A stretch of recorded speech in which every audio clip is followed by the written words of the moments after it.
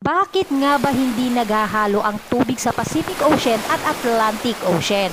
Trending na ginagamit sa social media na pinagtagpo daw sila pero hindi tinadhana. At ito ang ating aalamin. Ang sikat na manlalakbay na si Jack Cosjo ang nakadiskubre nito, kung saan habang siya ay naglalakbay sa ilalim ng dagat ay napansin niya na magkaiba ang kulay ng karagatang ito. Ito ang Pacific Ocean at Atlantic Ocean. Kung ikaw ay maglalakbay, matatagpuan ang border ng dalawang karagatang ito sa silangang bahagi ng Asya at kanlurang bahagi ng Amerika, ang Pacific Ocean. At ang Atlantic Ocean naman na matatagpuan sa pagitan ng Amerika at Africa. Ilan kung bakit naghahalo ang katubigan na ito ay dahil magkaiba sila ng katangiang taglay.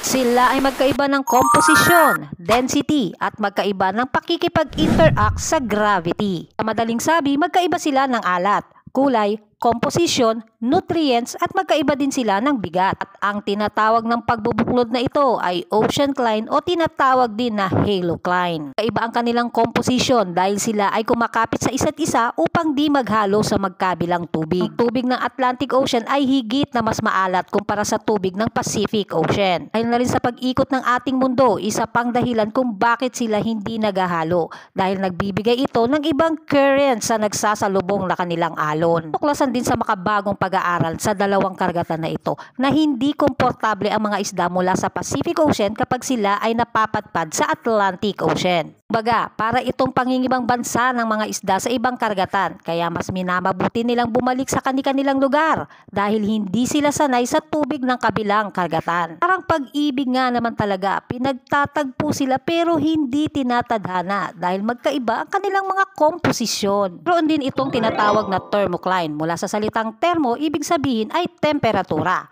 Hindi naghahalo ang kanilang mga tubig dahil sa init at lamig na taglay ng mga tubig na ito. Marami ring mga dagat ang hindi naghahalo-halo ang mga tubig. Magandang halimbawa lamang ang Pacific Ocean at Atlantic Ocean. Mas malawak ang nasasakupang tubig ng ating planeta na binubuo ng 71% at ang kalupaan naman ay nasa 29% lamang. Sana ay nakakuha kayo ng idea sa ating vlog for today. Pinagtagpo sila pero hindi naman tinadhana. Maraming salamat po sa inyong panonood!